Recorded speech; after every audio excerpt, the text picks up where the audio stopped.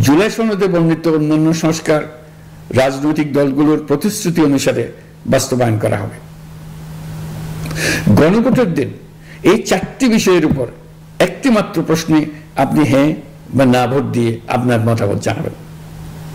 গণভোটের সংখ্যাগরিষ্ঠ ভোট হ্যাঁ সূচক হলে আগামী সংসদ নির্বাচনে নির্বাচিত প্রতিনিধি নিয়ে একটি সংবিধান সংস্কার পরিষদ গঠিত হবে। এই প্রতিনিধিগণ একই সাথে জাতীয় সংসদের সদস্য হিসেবে দায়িত্ব পালন করবেন। পরিষদ তার প্রথম অধিবেশন শুরুর তারিখ হতে 180 কার্য দিবসের মধ্যে সংবিধান সংস্কার করবে। সংবিধান সংস্কার সম্পন্ন হওয়ার পর 30 কার্য দিবসের মধ্যে সংসদ নির্বাচনে প্রাপ্ত ভোটের সংখ্যানুপাতে উচ্চকক্ষ গঠন করা হবে। এর মেয়াদ হবে নিম্নকক্ষের শেষ কার্য দিবস পর্যন্ত।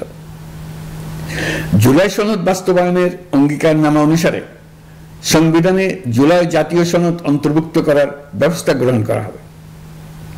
এটিও আজকে অনুমোদিত আদেশে উল্লেখ করা হয়েছে।